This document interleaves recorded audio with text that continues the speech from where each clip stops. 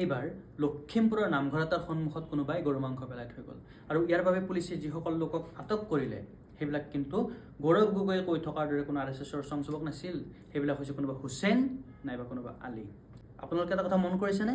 যেতিয়াৰ পৰা গৌৰৱ গগৈ প্ৰদেশ কংগ্ৰেছৰ সভাপতি হৈছে তেতিয়াৰ পৰা এটা অপশক্তি যেন অসমখনক অস্থিৰ কৰিবলৈ পুনৰ সক্ৰিয় হৈ পৰিছে।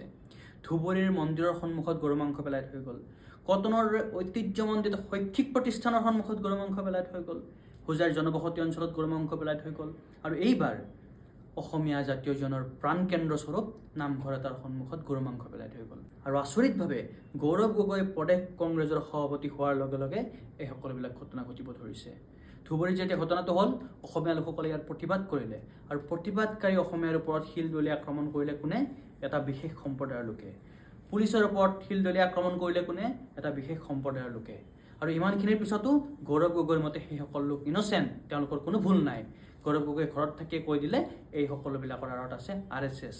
কিন্তু আজি লখিমপুৰত যি ঘটনা ঘটিল, যিসকল লোকক আটক কৰা হ'ল, ইয়াৰ পিছত প্ৰমাণিত হয় গৌৰৱ গগৈ কোৱাৰ দৰে ইয়াৰ আঁৰত RSS নাই, ইয়াৰ আঁৰত আছে কোনোবা হুছেইন নাইবা কোনোবা আলী আৰু তেওঁলোকৰ পিছফালে সাহস হৈ থিয় হৈ আছে গৌৰৱ গগৈৰ দৰে ভণ্ড নেতা। যিসকল লোকে দশক ধৰি অসমখনক বেদখল কৰি আহিছিল, যিসকল লোকে হত্যা হিংসা অপৰাধেৰে অসমখনক অস্থিৰ কৰি আহিছিল, তেওঁলোকৰ পক্ষত থিয় দিছে গৌৰৱ গগৈ। এটা ৰাষ্ট্ৰীয় ৰাজনৈতিক দলৰ এজন সভাপতিয়ে যেতিয়া তেওঁলোকৰ পক্ষত থিয় দিয়ে তেতিয়া ধুবুৰী কাণ্ড, এই লখিমপুৰ কাণ্ড এইবিলাক অস্বাভাৱিক নহয়।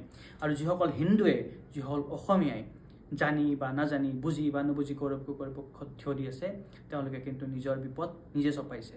গৌৰৱ গগৈ বিচাৰে অসমখন অস্থিৰ হওক, এসময়ৰ কাশ্মীৰৰ দৰে অসম অশান্ত হৈ থাকক, অসমত অন্ধকাৰ পৰিৱেশ হওক, যাতে তেওঁ নিজৰ ৰাজনৈতিক মুনাফা আদায় কৰিব পাৰে। নিজৰ এই বিশেষ সম্প্ৰদায়ৰ ভোট বেংকটোক তেওঁ সুৰক্ষিত কৰি অসমখনক অস্থিৰ কৰিব বিচাৰিছে, অসমখনক দ্বিতীয় কাশ্মীৰ কৰিব বিচাৰিছে।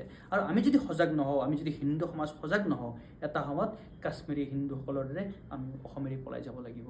এই যি গৌৰৱ গগৈৰ চক্ৰান্ত, অসমক অশান্ত কৰাৰ পৰিকল্পনা, এই পৰিকল্পনা এতিয়াই উপলব্ধি কৰক, এতিয়া বুজিব চেষ্টা কৰক, নহ'লে অসমীয়া জাতি ভয়ংকৰ বিপদৰ দিশে গতি কৰিছে।